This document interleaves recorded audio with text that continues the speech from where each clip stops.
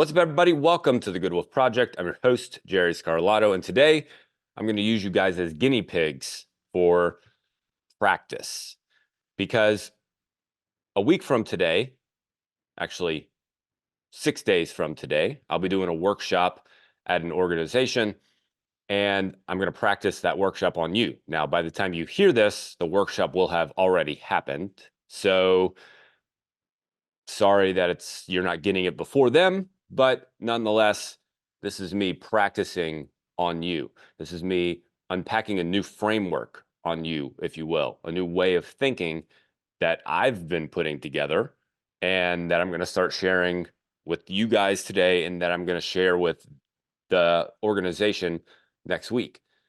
So let's start first by asking the question, why do so many people have trouble moving from where they are to where they want to be? From the place where they're beginning to the place they want to go. Because so many people, if you look at New Year's resolutions, for instance, tons of people, millions and millions and millions of people set New Year's resolutions, and yet millions and millions and millions of people also quit New Year's resolutions. Tons of people start things throughout the year as well, whether they're trying to improve their self through self-development, whether they're trying to improve their health through exercise or running or a new diet or something to that effect, or whether they're trying to improve their wealth by trying to save some money or trying to invest or something to that effect. So many people start things and then quit things. Many more people quit things than actually follow through with them. And the question is, why does that happen? Why do we not follow through? Why do we not keep going? Why do we not show up, even though it's something that we want to do? So many people, I believe that every human being wants to be better at some level, at something. And yet, so many people struggle to make that happen. Why do we struggle to make that happen? The general excuses revolve around not having resources, things like money or time or information. I don't know what to do. I don't have the money to do it, or I don't have the time to do it. So it's around those kinds of things, which is really revolving around not knowing how to figure those things out. It's not having the education to figure out how to get the information or to figure out how to find the money or to find the time. And yet, if I asked you, for instance, if you had a friend and that friend was trying to lose weight and they came to you for advice on how to lose weight, what would you tell them? You'd be able to give answers. If that same friend was trying to figure out how to find money in their budget, you'd be able to give them answers. If that same friend was trying to find the time and figure out a time to be able to do something, you'd be able to give them answers. It may not be the best answer, may not be the most effective answer, but you'd be able to come up with something. But for ourselves, we're not able to come up with it. For ourselves, we're not able to grasp and hang on to it. So we believe it's this gap in education. It's this gap in having the knowledge to know what to do and to know how to figure it out. And yet, if you tell somebody else, you'll be able to tell them. So for most people, most of the time, that's not the problem. It's not an education issue. It is an application issue. It is applying the stuff that we know. It's applying the information. It's figuring out where to find the money. It's figuring out where to find the time and then applying it and making it happen. That's the gap. That's what keeps people from making progress. So the question is, how do you feel the gap? What's the gap?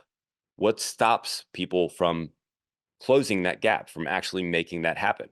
Why do some people achieve and they keep going, but most people don't and they stop? There's a quote from psychologist Roy Baumeister, which I think about often and actually is the foundation for this framework. And he says, in every moment, we have two options, either to step forward into growth or back into safety. To step forward into growth or back into safety. And that's in any moment of any day, of any week, of any month, of any year. That's the options we have. So at the base of why people either follow through or don't follow through is whether or not they are motivated by growth or by safety. Whether they're motivated by growth or by safety. Now, before I get into what growth and safety means and how that applies to being able to follow through, I want to talk about motivation, because motivation is another thing that is very much misunderstood. There are two types of motivation to think about. There's motivation, the feeling, and motivation, the force. Motivation, the feeling, motivation, the force. Most people pay attention to motivation, the feeling, and that's why most people quit. Because when they don't feel motivated, they start to skip, or they start to slow down, or they start to stop, whatever. They don't follow through because they say, well, I'm not motivated today, so I'm just not going to go work out. Or, I don't know, I'm just not motivated to do this right now, so I'll just wait until I'm motivated. But motivation, the feeling, is a feeling. Just like any other feeling, it can be fleeting. It can come and go. That's the same with anger. That's the same with joy. That's the same with happiness. That's the same with fear. That's the same with lots of things. Any feeling that you have can come and it can go. And I'm sure you can understand that to some degree with the rest of them, but most people fail to recognize that with motivation. The people who don't fail to recognize that, or do recognize that, I don't know if I said that right, the people who recognize that motivation is just a thing that comes and goes, they have a higher likelihood of continuing to move on and to follow through with what they say. But so many people go off of the feeling of motivation and let that dictate whether or not they follow through. And that's important to understand, because if you are building off the premise of the feeling of motivation and that needs to be around in order for you to follow through, then what you're basically saying is that if you don't have motivation, then you won't follow through. But when you do have motivation, you will. And since the likelihood of you having motivation more often than not is almost zero, then you'll never follow through. And that's just going to be the case. So that's why the feeling of motivation is not what we're talking about and is something to be completely ignored and wiped off the face of the earth. What we want to talk about, though, is the force of motivation. What you are motivated by, the force of which you are motivated by. And you can be motivated by either safety or growth. You can be motivated by safety or growth. Safety is a pushing force, So if you can take a second to visualize, you're starting this journey and your goal is down the road, and there's somebody behind you trying to push you toward your goal, and you're leaning back against them. You're giving them resistance, and you're just constantly leaning back. And then when you hit an obstacle, you lean back harder. And then when you hit another obstacle, you lean back even harder until eventually you're pushing them backwards instead of them pushing you forward. And that is the force that comes with safety. It is a pushing force. It's trying to push you forward. As you can imagine, that makes it challenging because it creates lots of unnecessary resistance. And also why so many people quit, because most people are motivated by safety. On the other side is growth. Growth is a pulling force. Again, if you can visualize, your goal is down in the distance and there's a lasso around your waist. And on the other end of the lasso is your goal holding the rope. I don't know what thing is holding the rope, but you can visualize a human being your goal for some reason. And they're holding the rope and they're pulling you toward them. How much resistance is in a pull? If you're moving toward the object, there is no resistance. The only resistance is if you start to step back again. But as long as you keep moving forward, there is no resistance. Now, that's not to say that it's going to be a straight line, of course. That's not to say that you won't have to deviate from the path. Maybe you have to swing wide for a little bit, wide to the right, and then you have to come back to the center. And then a little later, you have to swing wide to the left and then come back to the center. So it's not to say that it's going to be a straight path. But when you're motivated by growth, it is a pulling force not a pushing force. So there's less resistance. So that understanding that those forces is important. Like I said, motivation, the force is what we want to focus on here. Motivation, the force is the thing that's going to either get us to where we want to go or keep us from getting there. So I mentioned that most people are motivated by safety.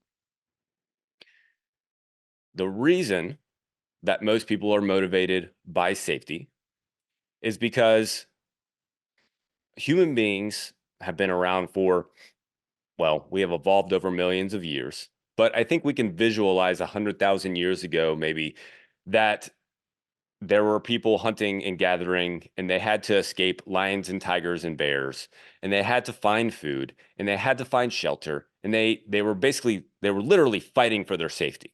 They had to fight for their safety every single day. And all of that fighting, all those things that they had to go after were an existential threat, meaning that they could literally die if they didn't get away from the lion, tiger, or bear, if they didn't find enough food, if they didn't find shelter for the night, whatever the thing was that could potentially kill them, if they didn't get it or get away from it, then they could literally die. They could literally be dead. So we had to constantly be seeking safety. That was literally what we did. The irony is, at the same time, growth was built into the environment. And here's why. There are two characteristics that make up safety and growth. There are two characteristics, and they are opposing characteristics, if you will.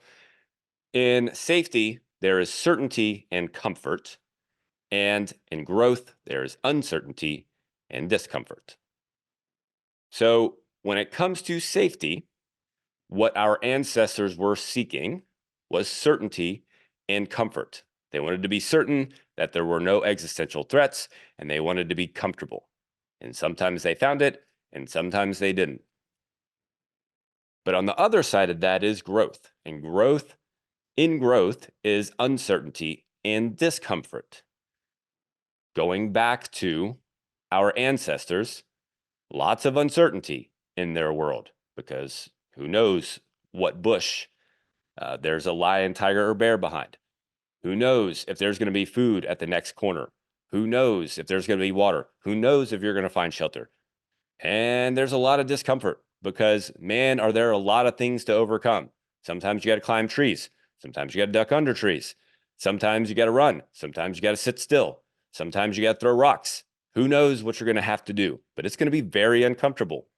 So growth was literally built into the environment through uncertainty and discomfort while our ancestors were searching for safety. But guess what? Today, we don't have any existential threats. Or I'll say we have very few existential threats. And the vast majority of the existential threats we do have are caused by our behaviors, and they're our own doing, chronic disease being the majority of that. So because we don't have any existential threats now in our lifetime, no lions and tigers and bears, no physical ones, no shortage of food, not even close. We don't even know what to do with all the food that we have. We have houses bigger than what we need. We have plenty of water. We have all of our bases covered as far as anything that could literally kill us, that could come and kill us. Or if we don't have enough of it, we could die. But our brain, still being the organ that has evolved over millions of years, searching for lions and tigers and bears and all of that fun stuff, our brain still does that. It still searches for those things. It still searches for the uncertainty and the discomfort in a circumstance. And as humans in today's world who have their existential threats essentially wiped away, we still react in the same way. We still move to safety whenever that happens. Whenever we find something that is uncertain or uncomfortable to us, potentially, we will move away from it unless we choose not to, unless we choose otherwise, unless we make the active choice to start moving toward it.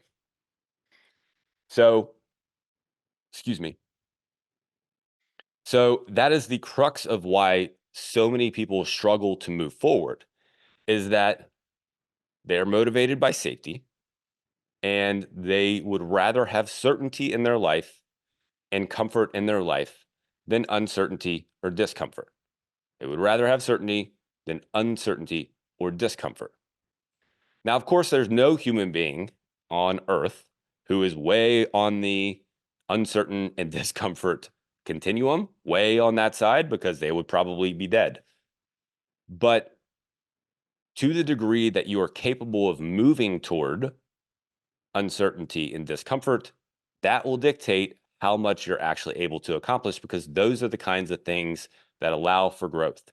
Certainty and comfort do not allow for growth. They do not, and that has been proven over and over again.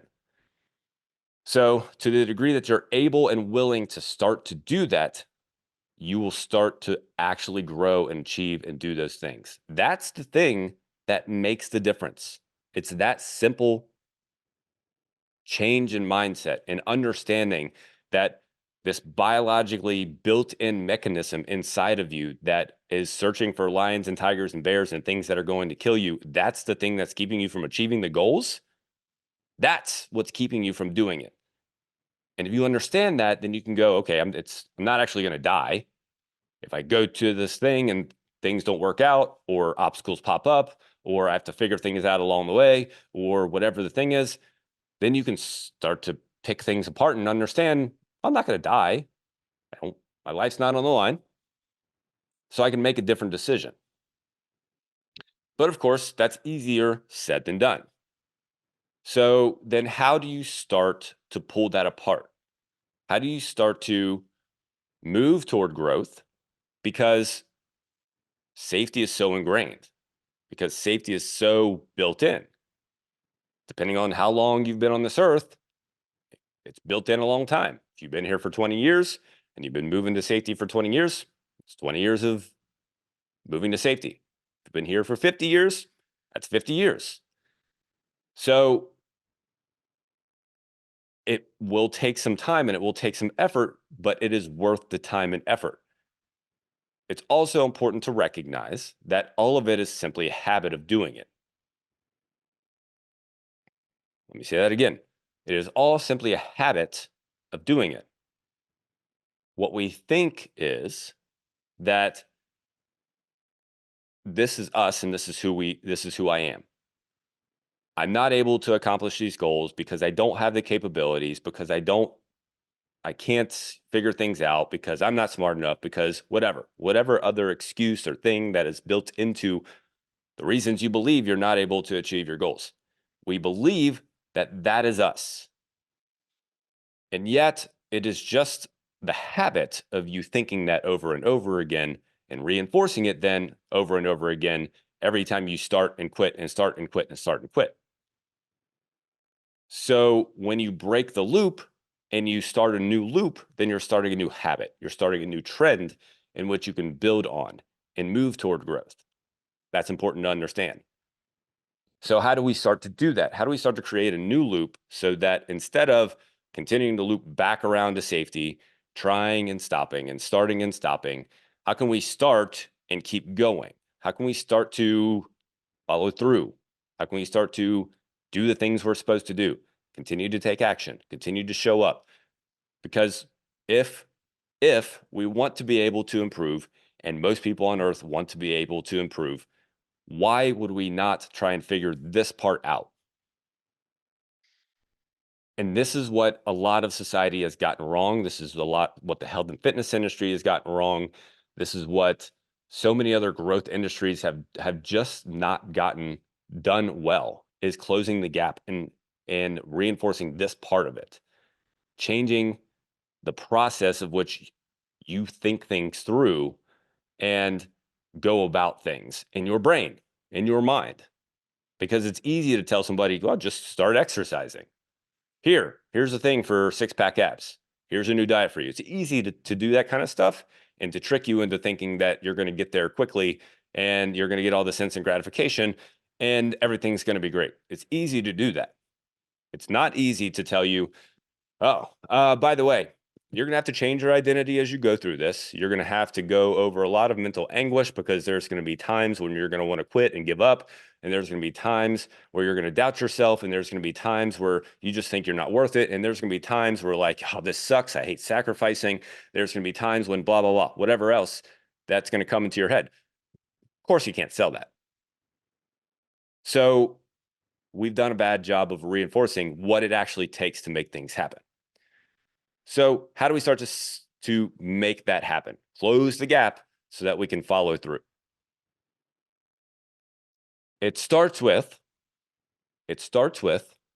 awareness. Another quote that I think of a lot, and I've said a lot on this podcast, comes from Carl Jung, another psychologist from the 60s and 70s. Unless you make the unconscious conscious, it will dictate your life and you will call it fate.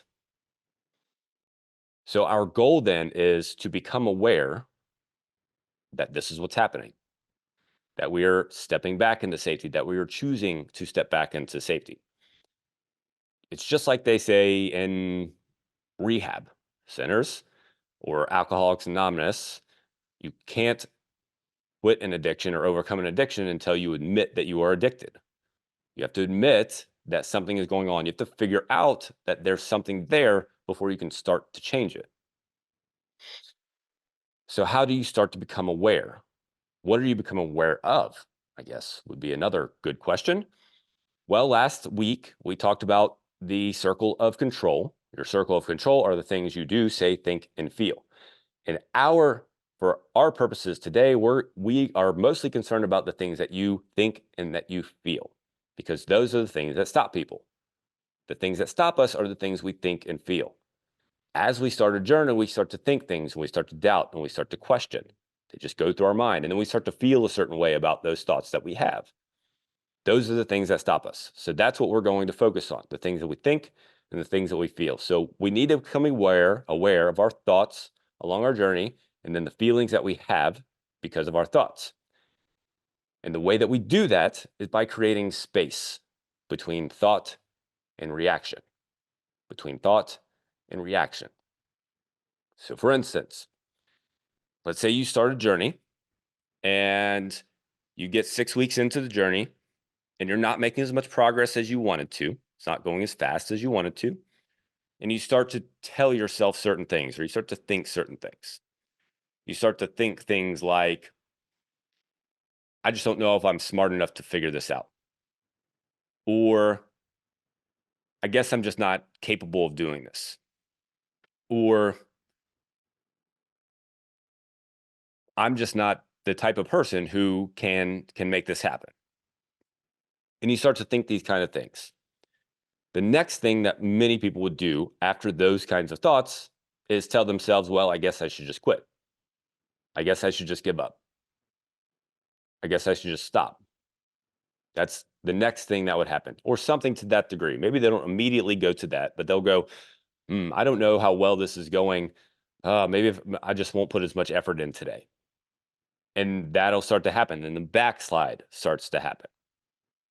So the goal in creating space is creating space between that thought, I guess I'm just not capable of doing this, and then the next thought, which is the reaction, which is, I guess I just won't put in as much effort today. It's creating space between those two things and separating them and pulling them apart. Because then you can start to make a different decision.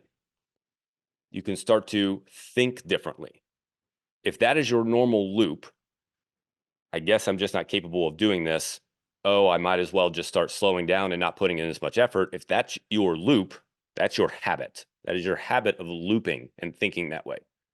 So when you create space and you pull those two things apart, you can, if you start to think, oh, I guess I'm just not capable of it, recognize that's just a thought that pops into your head. You can't necessarily control that the thought pops in. What you can control is what happens next. If you want an in-depth explanation on things you can control and how to control them, especially thoughts and feelings, go look at last week's solo episode, How to Maximize Your Circle of Control, I believe is the name of it. But nonetheless, when you have a thought, you can control what happens next. And that's the important part. What happens next? What happens with the thought? It is controlling the thought instead of letting the thought control you. And when you create the space between stimulus and response, or between the thought and the reaction, then you can respond instead of react. You can have the thought and then respond with something different instead of react to it. I guess I'll quit. I guess I'll slow down. I guess blah, blah, blah. So you have the thought, you create the space, and then you ask the question, is this true? Is this true? Well, I guess I'm just not capable of figuring this out. Is it true that I'm not capable of figuring it out? Then you think, okay, well, I figured out some things along the way. I've had to overcome this obstacle and this obstacle and that obstacle. So no, it's not true. I've actually overcome a few things. I'm just not moving forward as fast as I wanted to, and that's why I'm getting frustrated. Okay, so you've recognized that that's what's happening, and that's okay. But if the answer is yes, it's true, instead of, well, I guess I need to give up, then go to the next question. Who do I need to reach out to in order to figure it out? Who do I need to get help from? Where can I go to get help? Instead of I need to quit. I guess I'm not capable of figuring this out. It seems like my brain has ran out of ideas. So yes, that's true. Well, who can I go to help me figure this out? Because there's somebody that you know that can help you figure out whatever it is you're trying to do. Whatever it is you're trying to do. And if not somebody, there's definitely something, because all of us have supercomputers in our pockets.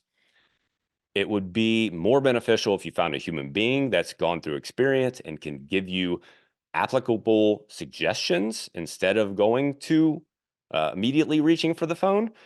However, if you don't have a person, you do have a phone. You do have a thing that can literally give you some ideas. The dangerous thing about the phone is you're going to get a million ideas, and then you're going to convince yourself that you don't know which one is perfect and right. And then that'll start another spiral that's just not helpful or useful.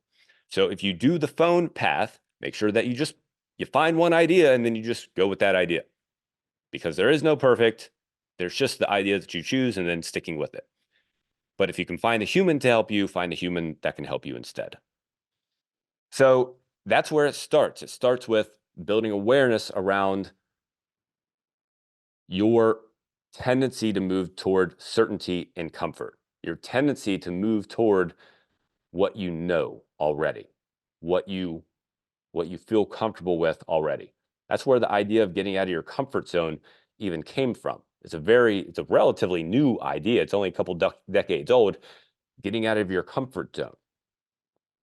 Because so many of us just constantly are moving and like hanging on and grasping onto our comfort zone. But you got to get, as old school as it is or whatever, you got to get out of your comfort zone. Like, that's what you got to do if you're going to grow. And if you understand that it is the habit of moving yourself into safety, then you can start to, again, parse it apart, pull it apart, and figure it out and move yourself toward growth. Because in every moment, you have two options: to either step forward into growth or to step back into safety. It is your choice, and it is a habit in which you do it. And it's up for you to choose. It is up for you to choose to do it. No one else is going to choose to do it for you. No one else is going to come along and do it for you. No one's going to show up and save you. It is up for you to choose to do it. That's what we got. That's what we got. I think it went pretty good, pretty smooth. So remember, growth and safety.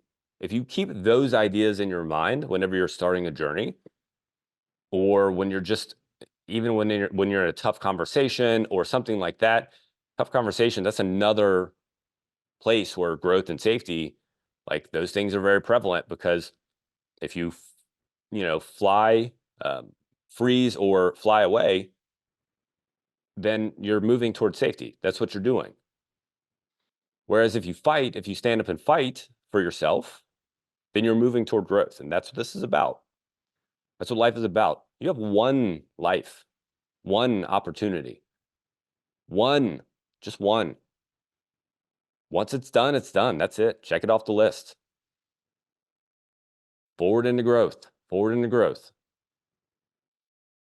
Good. Make sure that you share this with a friend. Think of a friend that struggles to make progress, that struggles to maybe believe in themselves or struggles to push through that barrier, push through that plateau. They just keep trying things and they just can't seem to push past. Share it with them so that they can also get to understand that this is just a habit. It's not them. They're not broken because they're not. And if they can just wake up to it and become aware of it, they can start to make different decisions. So share this with somebody that you know that needs this message. Very nice. I enjoyed our talk today.